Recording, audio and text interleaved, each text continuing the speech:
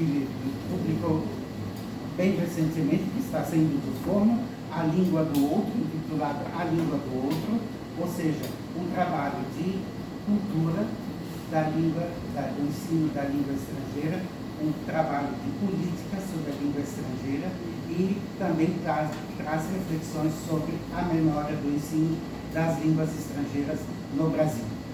Portanto, eu vou passar a palavra à minha colega Maria Amália, coordenadora do Colegiado Inglês, para também dar as boas-vindas a todos aqui para o lançamento desta grande obra que vai contribuir com as futuras pesquisas sobre as línguas estrangeiras no Brasil. Boa tarde a todas e a todos. Realmente é uma satisfação estar aqui nesse momento, né? Mais um momento tão importante para nós. Vou começar falando da geografia, assim, a questão mais próxima da gente. Né? Para nós, na Universidade Federal de Sergipe, do Departamento de Letras Estrangeiras, especialmente do colegiado dos cursos de letras português, inglês e inglês, é um momento muito especial para todas e todos nós, porque nosso colega, Luiz Eduardo, ele lança mais uma obra muito pertinente, muito interessante para a nossa área.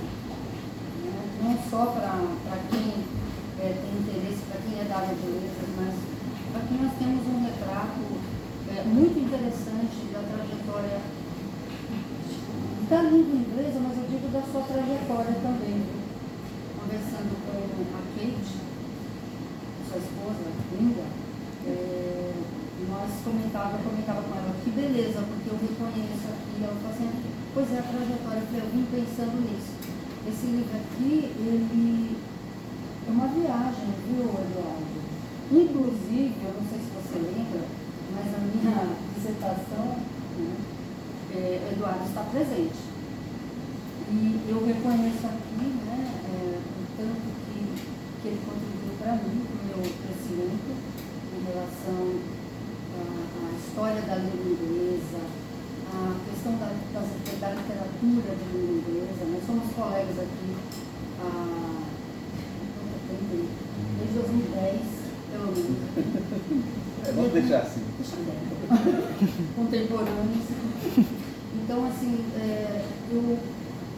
eu gostaria só de destacar para vocês o seguinte: você pega esse título, A Língua do Outro, ensaio sobre ensino, literatura e cultura de língua inglesa no Brasil, e se depara com reflexões que muitas vezes nós não temos o hábito de fazer, principalmente quando nós pensamos na língua inglesa hoje, inserida nesse contexto atual, globalizado, em que o idioma ele tem o status de global, né? E nós não fazemos ideia, muitos não fazem ideia, fazemos ideia de que não foi sempre assim esse lugar de privilégio, né? Esse lugar de importância desse idioma.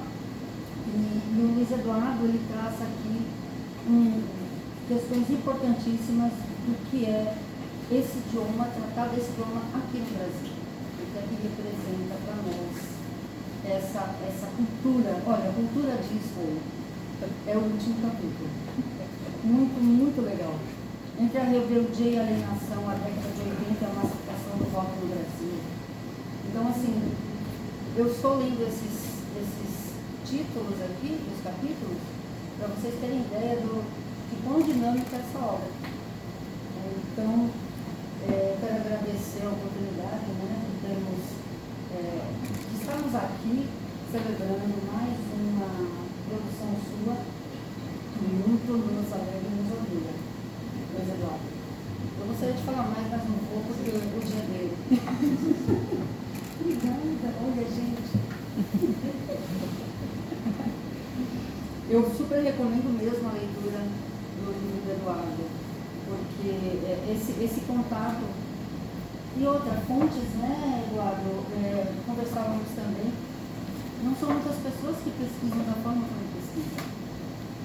Então, é muito importante para a gente ter essa publicação também de um colega do DES.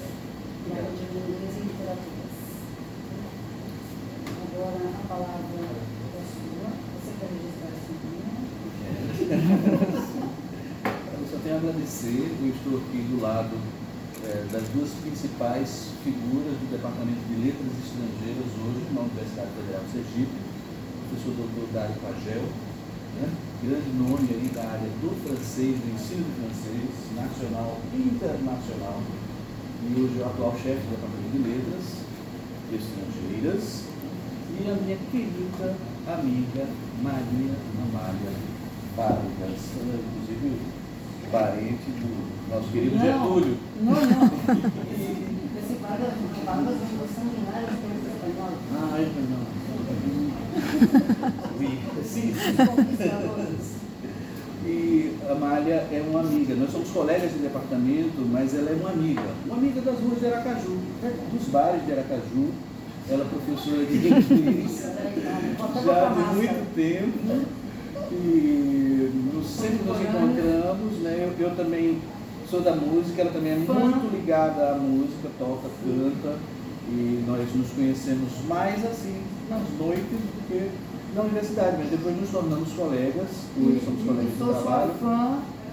Igualmente, vocês precisam vê-la cantando. Sigam no Instagram, @Amália, e vão ver vídeos dela. Eu agradeço muito a presença de todos.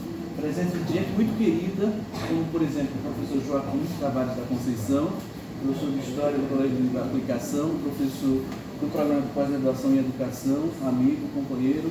Queria destacar também a presença do professor doutor Carlos César Mascarenhas de Souza, né? Nosso queridíssimo atual chefe do Departamento de Teatro, tá certo? Nosso queridíssimo Tadeu Vinícius, né?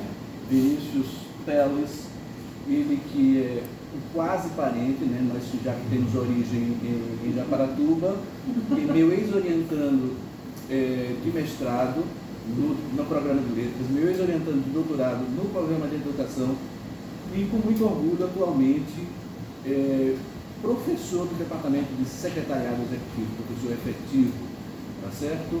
E agradecer também a presença dos meus alunos que aqui vieram no chamado, Emily, minha ex-orientanda de mestrado, professora Thaís Madela, seja muito bem-vinda, é a nossa nova professora de literatura de língua inglesa, assinou o contrato hoje na UFES, diretamente de Santa Catarina para o mundo, e aqui para Sergipe. Queria agradecer também a presença aqui, muito especial, da minha digníssima esposa, Kate Constantina Oliveira. Também já foi professora substituta 2 vezes de francês, doutora em educação aqui pela Universidade Federal de Sergipe, professora de francês, né? Assim como o nosso queridíssimo Dário Pagel. Bom, gente, eu vou falar um pouco sobre o livro, tá? E depois eu vou sortear, não quero ser cansativo para vocês. Eu acho que esse livro, ele representa, eu tenho muito carinho por esse livro. Ele é o meu 5º livro autoral, o 5º livro autoral da minha carreira. O primeiro foi em 2010, né? Agora estamos em 2022. É claro que na nossa carreira a gente produz, é obrigado a produzir quantitativamente artigos, né, Joaquim? Livros organizados, aqueles livros guarda-chuva que a gente organiza para a produção dos colegas, etc. Mas são raras as oportunidades de produzir e publicar um livro autoral, né? Um livro só nosso. Geralmente, eu não aconselho ninguém fazer isso quando você termina logo o mestrado ou o doutorado, porque você tem que pegar o mestrado e fatiar todo e produzir um monte de artigo, né? Como diria meu grande amigo pesquisador, professor José Eduardo Franco, uma tese é como um porco, nada se perde, né? Nada se perde, os pés do porco, a orelha do porco, como diz a música, né? A música da farofa, né? Então, nada se perde. Então, organizar um livro significa isso. Se você fizer da tese um livro, você vai deixar de ser inédito com o conteúdo que você tem para produzir artigos, né? Então, primeiro eu transformei minha tese num porco, tá? Ela saiu, até hoje eu ainda produzo coisas que são tiradas lá da tese, algumas tiradas da dissertação. Mas esse livro, ele é composto por uma série de artigos que foram publicados entre 2005 e 2017. E ele diz um pouco da minha trajetória de pesquisa, porque são artigos publicados em diferentes momentos da minha carreira e sobre temas que são aglomerados nesse título, e principalmente nesse subtítulo, né? A língua do outro ensaio sobre ensino, literatura e cultura de língua inglesa no Brasil. Para a minha vida pessoal, o certo seria começar do fim, né? Porque o meu contato com o inglês, com a língua inglesa, se deu primeiramente através da cultura, né? Cultura pop, né? Gostava de música pop, rock, essas coisas. E aí daí o interesse em cursar letras em inglês, né? A gente é movido por esse interesse do cinema, da música, quer fazer inglês. Muita gente também faz porque não passaria em outra coisa, né? É o meu caso, quando eu fiz logo.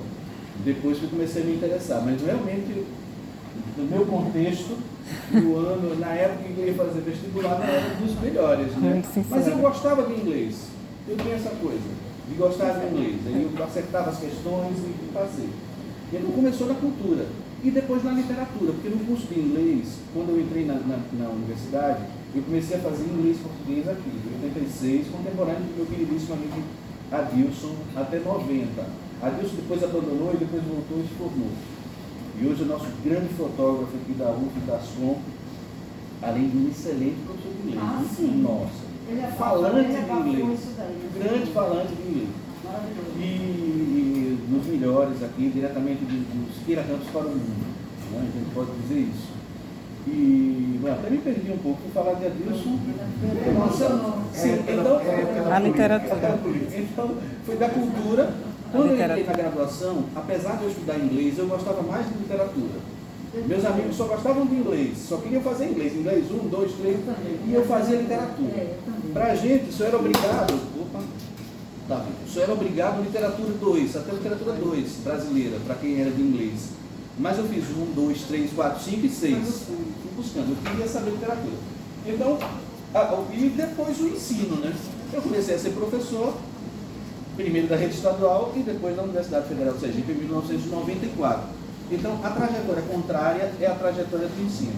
Mas a trajetória que está no livro é a trajetória da pesquisa. E essa minha trajetória de pesquisa, ela começa fundamentalmente no ensino. Bom, eu entrei nessa universidade como professor de literatura inglesa, não tinha esse negócio de literatura de língua inglesa. Tinha um professor de literatura norte-americana, que era a professora Ana Leal, e um professor de literatura inglesa, que era eu. Antes, o professor de literatura norte-americana era Clodoaldo Alencar Filho, foi reitor da universidade, famoso aqui em Sergipe.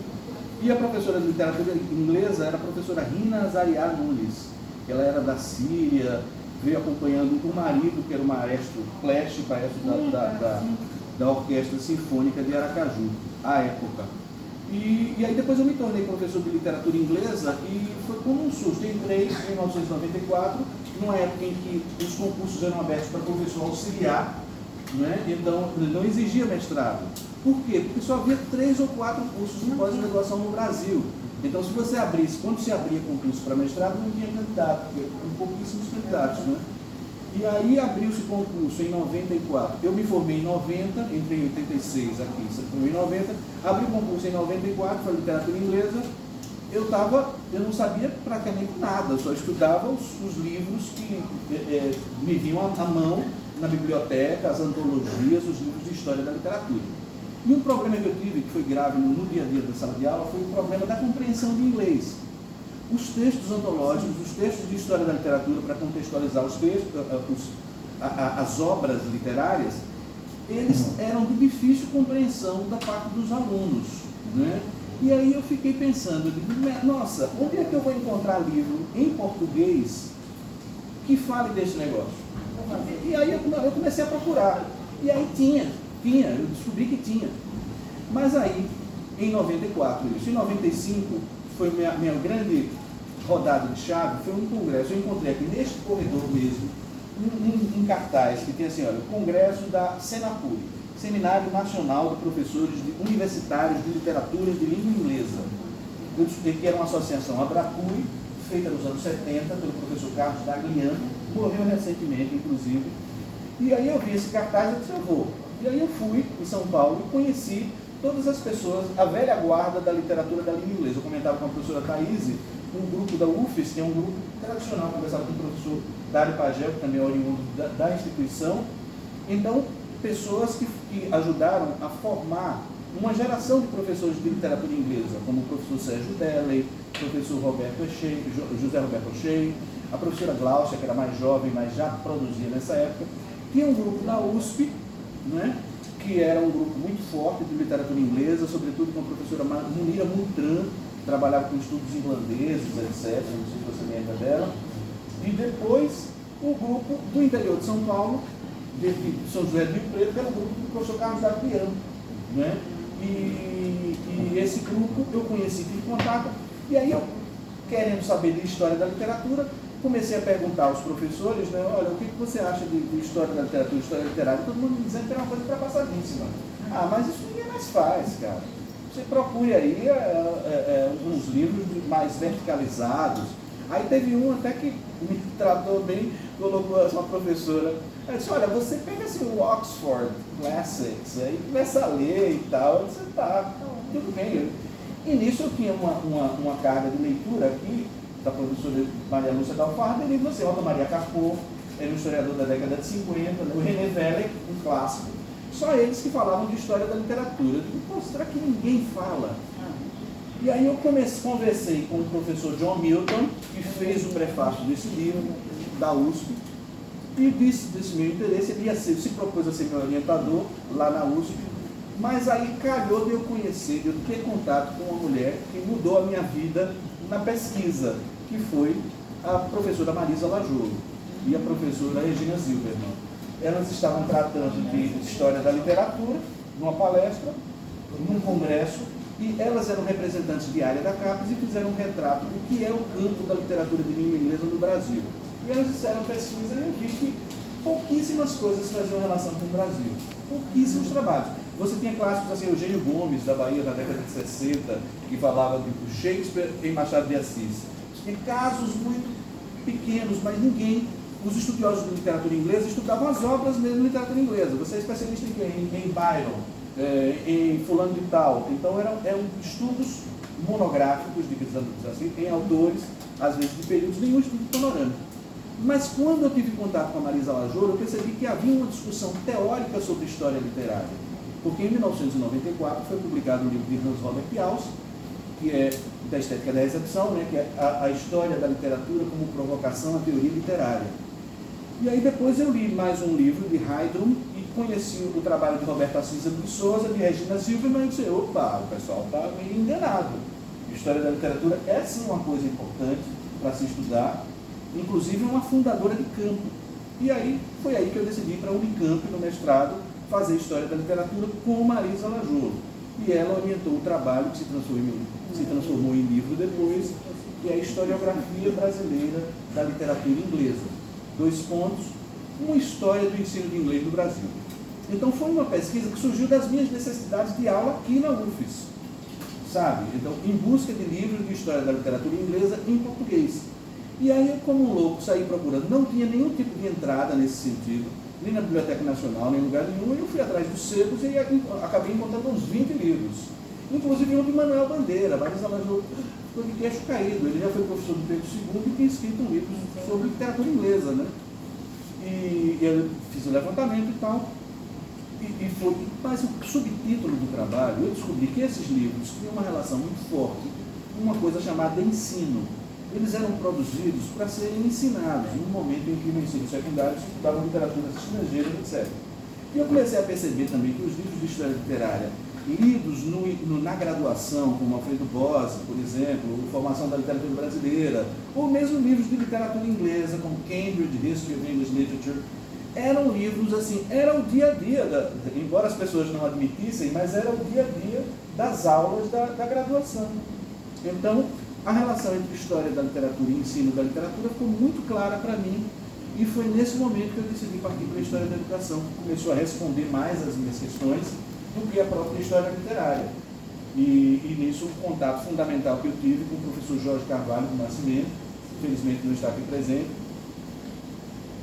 me chamou para um grupo de pesquisa dele, de história cultural, aqui na UFES, e eu tive contato com Chartier, Marc Bloch e tal, história, né, teoria da história, e comecei a ver esse subtítulo da minha tese, da minha dissertação, de maneira mais aprofundada, assim. Comecei a investigar a institucionalização do ensino de inglês e suas respectivas literaturas, entre parênteses, no Brasil. Como isso se deu? Por que razão? E nessa pesquisa do doutorado, investigando as origens, aquele mito das origens, quando tudo começou, eu comecei a perceber que a entrada das línguas estrangeiras no currículo, como objeto de estudo, como objeto de ensino, nasce no contexto da ilustração, do iluminismo, isso chamado do século XVIII, com alguns precursores. Você tem lá Comênio, você tem lá o John Locke, que fala dessa necessidade de se aprender uma língua estrangeira. E aí uma coisa eu comecei a perceber, que era no século XVIII que língua estrangeira tinha virado um conteúdo a ser ensinado, aprendido, estudado, e mais ainda um componente curricular, né? E foi nessa questão que, bom, se eu estou no Brasil, o que estava acontecendo no século XVIII no Brasil? Marquês de Pombal. E aí que entra a história do pombalismo, que foi um artigo de 2005, eu ainda no doutorado, que abre o livro, entendeu? Que foi publicado numa revista chamada Crop, da USP, em 2005, que se intitula A Instituição do Ensino de Inglês no Brasil, estabelecendo a fase inicial, 1809-1831. E nesse artigo eu deixei bem claro que a primeira fase era a fase pombalina, etc. Virou o primeiro capítulo da minha tese. Hoje eu revi muitas coisas, mas deixo de colocar aqui como abertura do livro, capítulo de abertura, porque ele representa essa tomada de partido, digamos assim, para entender historicamente esse processo de colônia, de independência, da vida da família real e todo esse contexto em que, de fato, começaram a aparecer as questões relacionadas à Inglaterra, que era esse, afinal de contas, o meu foco. Eu, como professor de literatura inglesa até recentemente. O nosso currículo mudou recentemente, aliás, por iniciativa minha, né, para ser literatura de língua inglesa, porque era literatura inglesa e norte-americana, né? Então, no caso da literatura inglesa, me interessava demais ver essa questão da Inglaterra e tal, como que a Inglaterra participava de todo esse processo de independência e se isso tinha algum desdobramento cultural. Só que antes desse artigo, com o qual eu abro o livro, eu fiz uns 2 preâmbulos já com minha experiência de orientador neste livro. Quer dizer, para eu não começar o livro com um artigo que eu publiquei em 2005, eu o fiz preceder de 2 artigos, pequenos artigos teóricos, que é uma palavra sobre método e fontes de pesquisa, porque é o momento em que eu estabeleço, isso por ideia, inclusive quem inspirou o livro foi Kate, e ela tinha visto algumas pesquisas que eu tinha orientado, com as fontes que eu usava. Ela disse, olha, essas pesquisas elas precisam ter um paradigma, um modelo, né? Então eu decidi fechar esse modelo, uma maneira de trabalhar com fontes de pesquisa. E que tipos de fontes para pesquisar nessa questão de institucionalização do ensino das línguas. Motivo pelo qual, assim que eu terminei o doutorado e voltei para a UFRGS, eu criei um grupo de pesquisa História do Ensino das Línguas no Brasil. E aí tinha gente, acabei orientando gente na educação, do espanhol, do francês e tal, do inglês. E aqui eu comecei a trabalhar com a fonte da legislação. Então, a legislação como fonte de pesquisa.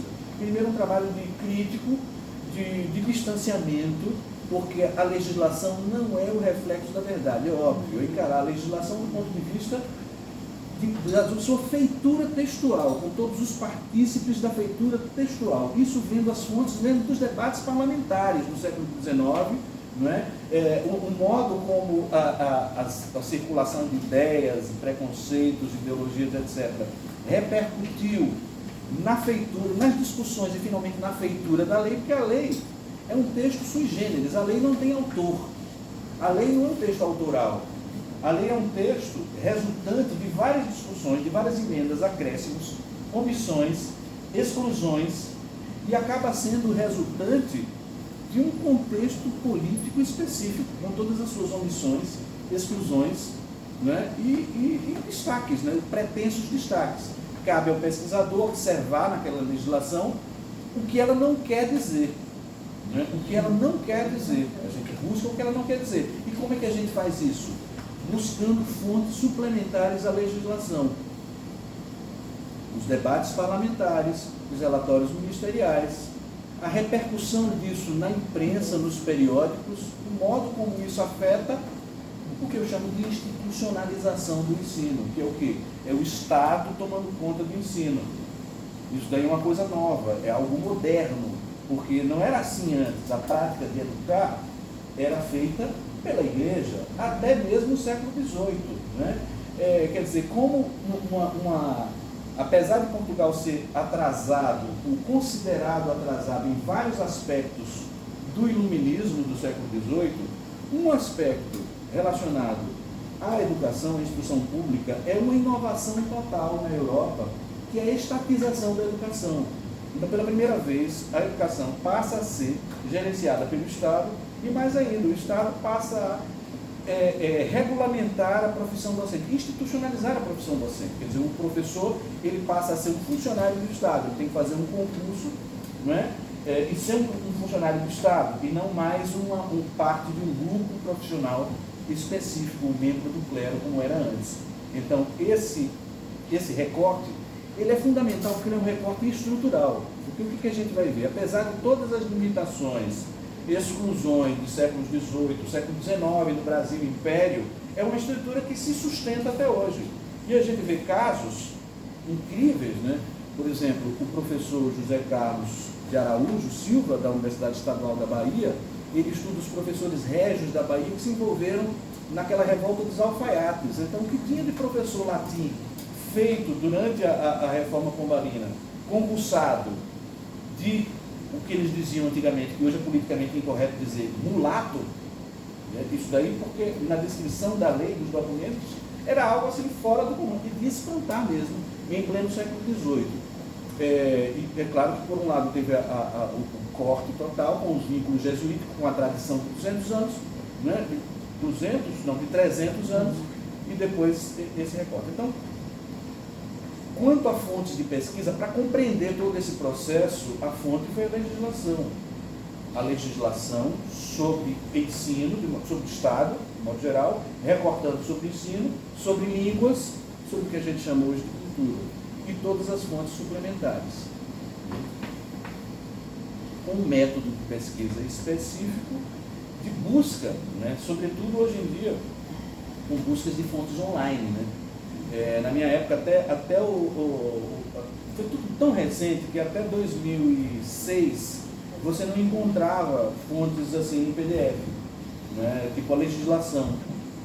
Agora, recentemente, a Câmara dos Deputados, antes foi só a Universidade de Chicago que começou a disponibilizar relatórios de províncias, fontes do século XIX, fontes oficiais, né? É bom que se diga, porque, embora as renovações da história, dos estudos historiográficos, né, enfatizem os novos objetos, as fontes não oficiais, a história do cotidiano, há um problema no Brasil. Não conhecemos as fontes oficiais. Quer dizer, a gente às vezes dá um passo à frente para fazer uma desconstrução de uma coisa que a gente não conhece.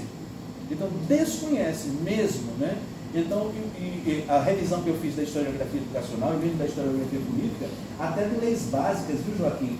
Como aquela de 1827, que é a lei de primeiras letras, as pessoas não conheciam o texto da lei. O texto da lei tem umas 10 páginas, umas 15 páginas, né? Quer dizer, as pessoas citam um artigo e tal, que é um texto, né? E como tal, e se você for transformá-lo em objeto como fonte de pesquisa, ele vai lhe dizer muita coisa, tá? E também, como apêndice da introdução do livro, além dessa questão de uma palavra sobre método e fontes de pesquisa, eu falo do que denomino o mito da língua, que é um pedaço de um livro que eu publiquei em 2014 em Portugal pela editora Gradiva, foi resultante de uma pesquisa de pós-doutoramento, chamado O Mito de Inglaterra. O título era O Mito da Inglaterra, né? Mas em português de Portugal foi O Mito de Inglaterra. E aí ficou anglofilia e anglofobia em Portugal, e eu peguei um recorte cronológico monstro proposto por José Eduardo Franco, que foi 1386, data da assinatura do Tratado de Windsor, pelo qual Dom João I casou com Dona Filipa de Lencastre, né, e fundou a tal da dinastia de Avis, aquela dinastia que iniciou a colonização, né, um tratado que é totalmente mitificado e rodeado de significados simbólicos, né, porque ele vai ser retomado em Camões, em vários trechos dos Lusíadas, ele vai ser retomado com toda essa mitificação da rainha Filipa, que virou santa, inclusive, e ele vai ser retomado também pelos cronistas, né? Por João de Barros, por alguns cronistas portugueses do século XVI, vão retomar esse vínculo inicial e inovador para a Europa, que não era Europa então, né? Uma Europa que ainda não se reconhecia como Europa, porque uma Europa só vai se reconhecer pela Europa depois das cruzadas, depois que vai reconhecer um outro, né? Um outro etnicamente diferente, um outro étnico e religiosamente diferente. Mas até então, a ideia que se tem da Europa é a ideia de cristandade, né? De reis cristãos que se juntam para combater um inimigo que é etnicamente diferente, religiosamente diferente.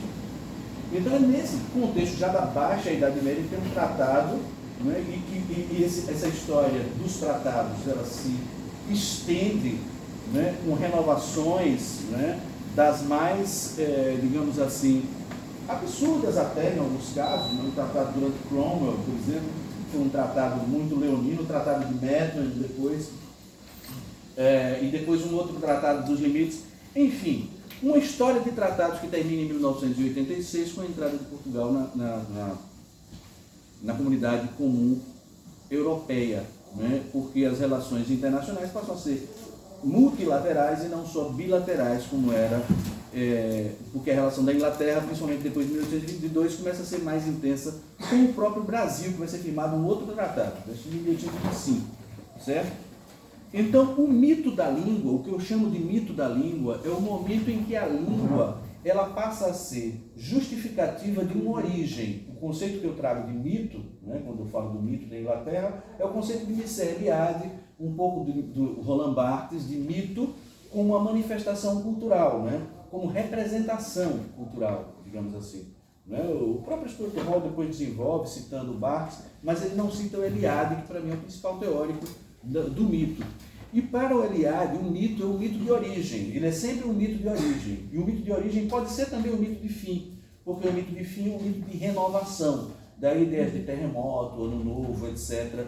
Então, a língua, a partir de certo momento, ela passa a ser justificativa de um mito de origem. De origem de quê? Dos povos. É uma mitificação que vai, inclusive, prevalecer durante o romantismo, né? Quer dizer, essa mitologia de que a língua tem origem nos povos, apesar dos estudos mostrarem hoje que a hegemonia de uma língua ela depende só da imposição de uma língua burocraticamente elitizada que imposta. Mas essa mitificação da origem da língua nos povos é algo que vai encontrar e vai tentar ser buscado, é aí que vai se criar toda essa tradição da história da literatura. A história da literatura vai ser responsável por essa invenção da tradição retrospectiva, né? De buscar essa mitologia, dessa mitificação lá atrás.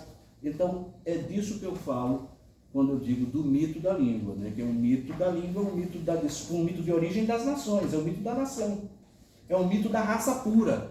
É um mito da raça pura que é tão impressionante, porque você vê uma pessoa como Hitler, lá no século XX, levando ao extremo, como diria a Hannah Arendt, o pressuposto do romantismo, né? De uma pureza, assim. Por outro lado, você vê algumas manifestações de reivindicação de pureza. Eu acho que é paradoxal, para dizer o mínimo, você conjugar diáspora com pureza. Sabe? A diáspora é um caráter diaspórico de uma cultura, o hibridismo cultural, principalmente no mundo pós-guerra, né, do século XX para cá, com a pureza, com a ideia de pureza. Então, o argumento de pureza é o argumento que dá fundamentação à língua, a nossa língua, que é diferente da língua, né? A minha língua, a minha pátria, a minha língua, coisas neste sentido. Então, é disso que eu trato em O Mito da Língua. E aí eu vou terminar, para não ficar chato pra caramba, a parte de ensino, como eu falei, eu inicio com esse artigo da institucionalização do ensino de inglês, depois eu desenvolvo mais um pouco um outro artigo que foi publicado numa revista daqui mesmo, nossa revista do mestrado em educação, na época só tinha mestrado, que se chama Instrução Militar e o Ensino de Inglês. É um artigo que eu gosto muito, porque ele traz a razão de ser das línguas estrangeiras na colônia, não é? Quer dizer, a razão de ser é a construção de centros de defesa, né?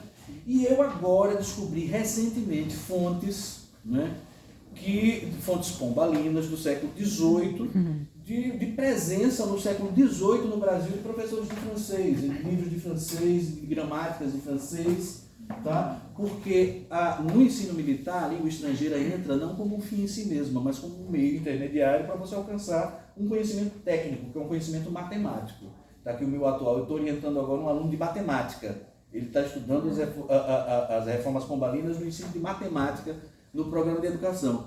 E a matemática representa isso. As línguas e as matemáticas têm uma relação fundamental, sobretudo as línguas estrangeiras, porque elas vão servir como acesso a essas matemáticas, essas ciências matemáticas, no plural, como se dizia no século XVIII, que abrangem lançamento de bombas, construção de prédios, ou seja, é uma arte militar. Essa engenharia, o nome engenharia, ele só vai passar a ser usado na segunda metade do século XIX. Na década de 60, na década de 70, você vai ter as escolas politécnicas vão se desagregar, digamos assim, do exército, né? Mas o centro científico, digamos assim, e o centro onde a língua estrangeira funciona e entra em atividade, inclusive com professores de inglês, né? Como Eduardo Gauert, um sujeito que eu fiz a trajetória dele, inclusive, até 1832, e a Elaine trabalhou ele também no doutorado, e professores de francês, né, eram contratados justamente para isso, né, para servir digamos assim, a língua estrangeira. Era um momento anterior às traduções, né? Bom, e aí em seguida eu falo da língua inglesa dos cursos jurídicos. E aí é uma coisa, esse artigo ele foi publicado em 2008 numa revista da UFAL, né? E é um artigo que, para mim, é muito importante porque ele traz, eu peguei como fonte os debates parlamentares do século XIX sobre os cursos jurídicos, a criação dos cursos jurídicos. Então, é um debate sobre a necessidade de se saber francês ou inglês antes de entrar. E aí é muito bacana, porque os deputados dizem, olha, mas o inglês é melhor, é uma terra de pessoas mais empíricas, mais práticas, os franceses... E aí tinha a pecha do francês, que a família real veio aqui fugindo do francês, o Dom João declarou guerra à França, etc. Em seguida veio a missão francesa, e a gente tem uma hegemonia total da cultura francesa no Brasil e no mundo, né? E no Brasil, agora mais do que nunca, está aí a tese de Kate, o mercado das línguas, até metade do século XX é uma hegemonia total da língua francesa, tanto do ponto de vista cultural, fora da escola, quanto no ambiente escolar, né? Coincidentemente ou não, com o período da ditadura militar, o fato é que, a partir da década de 70, o ensino de inglês no Brasil, apesar de não ser obrigatório em muitas escolas, porque pela Lei 5692 de 71, que vigora até 96, língua estrangeira não é parte do currículo obrigatório, é o currículo complementar. Eu lembro que eu dava aula de inglês, né, na década de 90, os alunos, professor, inglês reprova. Aí eu dizia, reprova. Mas não, se eu dissesse que não, ele não ia mais para a aula. Na verdade é que não reprovava, né? Passou a ser disciplina obrigatória mesmo com uma medida de 96. No século XIX, quando se tinha o francês no currículo do ensino secundário era uma coisa de elite, gente. Aí o pessoal, eu vejo às vezes teses de doutorado, dissertações de mestrado de pessoas que passam 2 anos estudando para chegar à brilhante conclusão no final que o Colégio Pedro II era de elite. Que era uma classe dominante de elite que...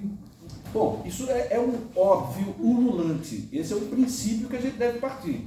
O que nos interessa, nesse caso, é o modo como as coisas são feitas, o modo como essa dita elite exclui. Quais são os mecanismos, inclusive, principalmente os discursivos, os retóricos, que são usados? E eles estão à vista para o pesquisador, né? Porque a gente lê o que ele não quer. A gente não vai ler o que ele quer, porque senão a gente vai fazer papel de trouxa, né? O estudioso, o cara deixa a fonte lá do século XVIII que você vai o quê? Desvendar o que ele quer que você desvende, né? Ou seja, você tem que buscar o que ele não quer que você saiba, né? E você só vai saber disso com conhecimento de causa, pegando outras fontes, lendo outras coisas e tudo mais, né? No caso do ensino jurídico, é fantástica a discussão que há intelectual, com intelectuais francófilos versus intelectuais anglófilos, né? E no fim das contas os anglófilos perdem porque só fica obrigatório o francês para estudar direito. O inglês só vai ser obrigatório em 31 por conta de uma reforma e tal, e por conta aí, digamos assim, de injunções políticas, tratados também, tá certo? Bom, e dando seguimento a essa questão do ensino, eu fiz um levantamento dos tradutores e intérpretes do Brasil.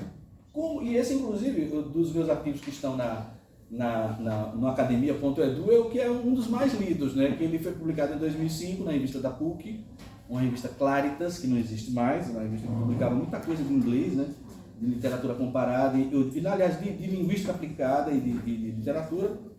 E eu fiz o levantamento da legislação, das origens da profissão de tradutor, todas as nomeações. Depois esse estudo foi verticalizado, estudado em exaustão no mestrado em educação, feito pelo nosso querido Roberto Carlos Bastos da Paixão. Tá bem? Eu termino essa lista sobre ensino com uma análise da gramática, de uma gramática, um objeto, uma gramática de um tal de Mota de Azevedo, porque eu comecei a andar nos sebos, atrás de livro, e eu vi que tinha essa gramática, uma gramática de Mota de Azevedo. Eu peguei um livro da 45ª edição. Como é que pode esse cara? Então era o cara mais lido que tinha, e de fato era. Né? Então eu comecei a ver que ele representa uma permanência no compêndio, de como uma permanência, né, vigora, apesar das mudanças legais, legislativas, contextuais, digamos assim, conjunturais, né, como isso permanece. Né? Só não esperei, mas está chegada. Bom, gente, e aí, um outro tópico do livro, a parte de literatura, eu separei 2 artigos, tá? Um primeiro artigo, que é um artigo, assim, o meu xodó, que eu publiquei na revista da Abralink em 2010, que se chama Nações em Confronto, as histórias literárias e as literaturas comparadas no século XIX. Eu estou tentando defender a tese, a hipótese de que as histórias literárias, a produção de histórias literárias acaba produzindo e provocando isso que a gente acabou chamando de literatura comparada, o campo da literatura comparada. Escrevi isso para a revista da Abralink e eles aceitaram. Eu comecei isso por conta de uma disciplina que eu estava dando aqui, chamada História dos Cânones Escolares, aqui no mestrado em Letras, e por conta de algumas leituras, né? Sobretudo leituras dos estudos culturais dos anos 90, do final dos anos 90, né?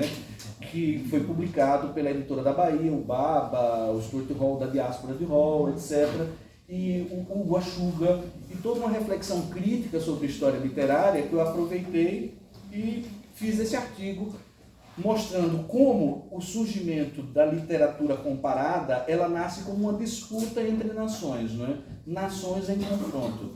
Foi engraçado porque Kate, depois na tese de doutorado dela, descobriu um autor que escreveu A Guerra das Línguas. Eu não sabia, né, que ele já conhecia em francês, não conhecia. Está caindo tudo, está vivo. Viva! Bom, e aí um outro também de literatura, que foi oriundo da minha dissertação de mestrado, que é Primórdios do Ensino de Literatura Inglesa no Brasil, 1870 a 51, que é o período no qual a literatura de língua inglesa era disciplina escolar no Brasil, né? Até 1951. Se estudava literatura inglesa, francesa, espanhola, italiana, no ensino secundário, né? Ou seja, o ensino secundário era tão elitizado, mas tão elitizado, que era uma espécie de você funcionar também ligado no abrir a janela, viu? Se não... Então, pode abrir a janela? Pode. Se quem quiser abrir a janela, pode. Ligar de novo um pouquinho? Pode ligar só um pouco. A gente vai morrer de calor aqui. E 1870 a 1951, quer dizer, estou dando conta do que se produziu, do que era o ensino secundário. Era um curso de letras, quase. Era um curso de letras, você estudava 7 anos, né? Ou seja, era para pouquíssimos, não era para poucos, era pouquíssimos. E tanto era para poucos que não tinha nem necessidade de faculdade de letras, né? A gente diz assim, mas faculdades de letras no Brasil foram tão tardias, em 1934. E você pensa que na Europa foi mais cedo, foi? Não foi, gente, foi a mesma coisa, tá? No finalzinho do século XIX, começaram os pink courses lá que o Terry Eagleton fala, né? Que a literatura passou a ser um objeto assim, de estudo na universidade. Mesmo assim, eram pink courses, né? Rosa porque era de mulher, né? Era para mulher, segundo Terry Eagleton, homens de terceira categoria. Ou seja, imigrantes. de países africanos. Esse processo de masculinização da teoria da literatura, então é uma coisa que vai acontecer nos anos 20, nos anos 30, com as T.S. Eliot, Ezra Pound, quer dizer, é uma coisa de literatura, é coisa de macho, é coisa de intelectual, assim, entendeu? É hard, entendeu? Não é uma coisa assim, pink, sabe? Então era mais ou menos isso. E essa é a história do inglês, do ensino de literatura, na Inglaterra, tá? Então na Europa é tudo nessa mesma época. No Brasil demorou um pouco, assim, umas 2 ou 3 décadas, né? O primeiro curso de letras você tem o da USP, 34. E de inglês é 1940. É o curso de anglo-germânicas, na USP também, com professores que eram do Conselho Britânico, não é? Porque o curso de inglês foi uma iniciativa do Conselho Britânico, leia a tese dela, mercado de línguas, assim como de francês teve o apoio da Aliança Francesa, são organismos diplomáticos dos seus respectivos governos que investiram, inclusive o curso de Shakespeare da cultura inglesa é o mais visto no YouTube. No YouTube, tá certo? Hoje em dia. E aí, como última parte do livro, que vocês vão poder descansar em paz, que eu não vou mais chatear, é a parte cultural. Foi um momento, uma virada na minha carreira por causa do livro O Mito da Inglaterra. E eu cheguei aqui e disse, poxa, eu quero trabalhar, se alguém ainda não assinou a lista, está aqui, tá? Eu quero trabalhar com estudos culturais, porque eu tenho muito conteúdo para isso, etc. E comecei com uma pesquisa aqui de iniciação científica, que ganhou, inclusive, destaque do ano, mas não teve desenvolvimento, por conta dos cursos de pós-graduação aqui que não aceitavam essa pesquisa. A primeira foi Entre a Rebeldia e a Alienação, a década de 1980 e a massificação do rock no Brasil. Foi eu tive durante 3 anos essa pesquisa, PIBIC, a gente fez um levantamento, de 3 modos. Primeiro uma discografia, fez uma análise, um levantamento de toda a discografia, depois um levantamento de toda a filmografia, tá? Filmografia, discografia e... estou esquecido, eu acho que Emily não alcançou essa época do rock, né? Foi depois. Filmografia, discografia e eu esqueci o outro, não sei se foram artistas específicos, né? Então foi uma pesquisa que eu gostei muito de fazer, porque foi uma coisa que tinha a ver com a minha própria biografia da juventude, né?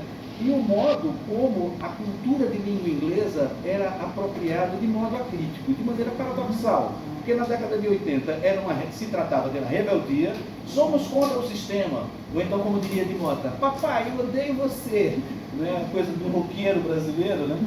E ser contra o sistema. No entanto, a coisa de receber o inglês era altamente tranquila, quer dizer, você falar inglês era tranquilo, você desconhecer, digamos assim, não dialogar com a música brasileira, digamos assim, entre aspas, era tranquilo, e nós não tínhamos essa tradição. Desde a Tropicália, a gente já vinha, e não só a Tropicália, né? Década de 60 tem a Tropicália, Caetano, Gil, fazendo experiências originalíssimas, né? Com rock, etc., e MPB. Mas você tinha também outras coisas, você tinha o Jorge Benjó, samba, rock, você tinha também o pessoal do Nordeste, a sua Valência, Zé Ramalho, era um rock também regionalizado. Você tinha, ou seja, tínhamos tradições, digamos assim, para falar com os modernistas, antropofágicas, né? Que para falar como os tropicalistas. No entanto, o rock nos anos 80 virou uma cultura massificada e totalmente americanizada. Totalmente americanizada. Então era paradoxal, porque entre a rebeldia e a alienação. Porque é rebelde, é contra o sistema, mas é totalmente alienado. Nesse sentido, assim, ele aceita de boa ser, digamos assim, receber acriticamente todos os enlatados, como diria Renato Russo, que acaba fazendo. Ele diz isso numa letra, né? Os enlatados que vocês nos empurraram de 9 a 6 e tal, mas é o que ele faz, né? É o que ele faz, é aquela cópia assim, Joy Division, Smiths, tal, não sei o que são as bandas, enfim. Então, isso deu vários desdobramentos, né? Os alunos discutiram bastante e a questão que mais chamou a atenção como conclusão foi que nós estávamos certos, né? Porque agora provou, todos os roqueiros rebeldes, maior parte dos anos 80, se tornaram conservadores. né, em pleno século XXI. E aí, realmente, quer dizer, eu até falei, olha, foi profética, aquele projeto foi profético, né? Porque foi bem antes de tudo isso acontecer, né? Na verdade. E aí, por último, né? Mas não menos importante, temos aqui a cultura disco no Brasil. Essa foi a pesquisa que eu me deslavei, me realizei, era a minha infância. E eu descobri que era o contrário, quer dizer, a década de 70 tão desvalorizada, porque as pessoas valorizam a década de 60 porque Revolução, direitos civis, Bob Dylan, né? Martin Luther King, Malcolm X, todo mundo, Nina Simone, né? Década de 60, os direitos, né? o Stonewall, etc. E a década de 70 é vista como uma década consumista, uma década eminentemente capitalista, superficialíssima. E no Brasil, como coincidiu com a ditadura, é uma década que ela é vista, com tudo que é disco, da cultura disco, uma coisa que é uma pasteurizada, como se dizia antigamente, comercializada. Enlatados, né? Você diz o quê? Shallow. Pois é, shallow, total. Quase uma cantora lá, né? Shallow não. E aí quer dizer, total. E aí eu percebi, eu não, quem sou eu? Eu tive acesso a uma bibliografia, não é? Alice Eccles, enfim, uma bibliografia de disco music produzida em termos acadêmicos nos Estados Unidos. Comprei lá na Amazon, li, mandei para o CNPq, eles, não, tudo bem, vou estudar mais. Aí tentei mais uma vez, né? Mas me realizei muito porque acabei descobrindo muitas coisas, né, da cultura disco, principalmente o fato de que, apesar de ser aparentemente pasteurizada, digamos assim, comercial e superficial, ela foi a consolidação dos direitos alcançados na década de 60. Então era quase normal o cabelo Black Power, era quase normal a cultura gay. Por exemplo, Village People, Alice Eccles coloca isso. Village People era uma banda gay, cantada por crianças. Né? Era uma banda gay, militantemente gay, com simbologia gay, YMCA, um clube gay, não é? E, enfim, mas era colocado de uma maneira, entrava com um duplo sentido, de maneira aceitável pela sociedade. Você tem uma pessoa como Sylvester, na década de 70, que era um cantor trans negro, né? E que fazia sucesso, que cantava You Make Me Feel, né? Mighty Real, aquela música famosa. Quer dizer, então a cultura e aí no Brasil, quando a gente começou a ver no Brasil essa produção toda, né? E uma produção comercialíssima, que inclui inclusive Sidney Magal, Elisângela, atriz da Globo, tudo isso, né? Na década de 70 a gente começou a perceber também que dentro deste arsenal, digamos assim, conservador, pasteurizado, superficial, havia elementos transgressores insuspeitáveis na discussão. Então, é isso, gente. Esse livro, A Língua do Outro, na verdade, ele tenta, são ensaios sobre ensino, que é o grande centro do livro, sobre literatura, são 2 artigos que representam a minha principal intervenção nos estudos literários, da história literária, e eu contei aqui antes de ela chegar, esse é meu trajeto na história da literatura, como a história da literatura se tornou uma coisa tão importante, né, para mim do ponto de vista teórico, foi citada, e a parte da cultura, que não vingou, porque não vingou, não teve, por algumas questões institucionais, mas é como eu falei com a professora Thaís aqui antes, né, eu tive bons frutos com esse projeto, fora daqui. O primeiro deles foi a Sara, que a partir de um projeto do grupo, que foi a Identidade Negra no Axé Music da Bahia, ela foi para a UFBA e fazer doutorado, e outro foi meu próprio filho, né, porque ele era de música aqui, no curso de música não tinha, o João Luiz, que era o mais velho, esse é Pedro, que meu filho também era do meio. Então o mais velho, ele estava lá fazendo música, o curso de música não tinha orientador, não tinha gente no grupo de pesquisa, eu disse, olha, vem frequentar o nosso grupo de pesquisa, e ele ficou sendo pesquisador voluntário. E quando ele terminou, assim que ele terminou, ele fez um projeto e passou na UFRJ, né, com um projeto de etnomusicologia, e hoje ele está fazendo que aí eu fecho com essa referência, 2 doutorados simultâneos. É a única pessoa que eu conheço que faz 2 doutorados. Ele faz da USP e na Unirio, né? E fez aqui e trabalha, entrou na USP com um projeto que nasceu aqui, sobre a influência do R&B no pagode. Porque o projeto todo, vocês já notaram que o meu grande lance é a cultura de língua inglesa no Brasil, a recepção. Principalmente na área do ensino, primeiro foi na literatura. A literatura inglesa no Brasil, inglesa. O negócio sempre foi inglês, eu conheço mais, até 2000 e pouco era inglesa. Depois que mudou para a língua inglesa. Primeiro na literatura no Brasil, na dissertação, depois a questão do ensino, né, que é o que eu vejo ainda hoje, e durante um curto período bom, proveitoso, a cultura pop. Né? Agora, no momento, eu voltei para a história com força total, agora século XVIII. Infelizmente, voltando ao século XVIII. Muito obrigado, gente, pela presença de vocês. Paciência.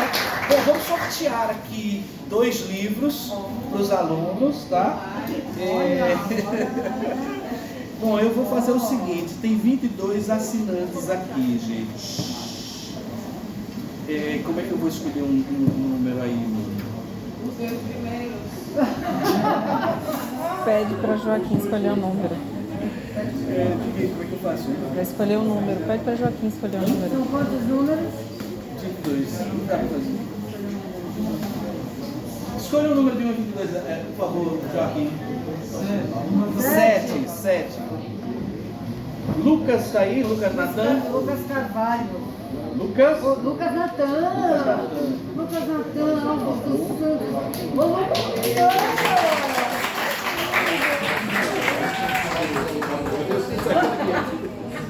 Gente, você me deixa direito, amor.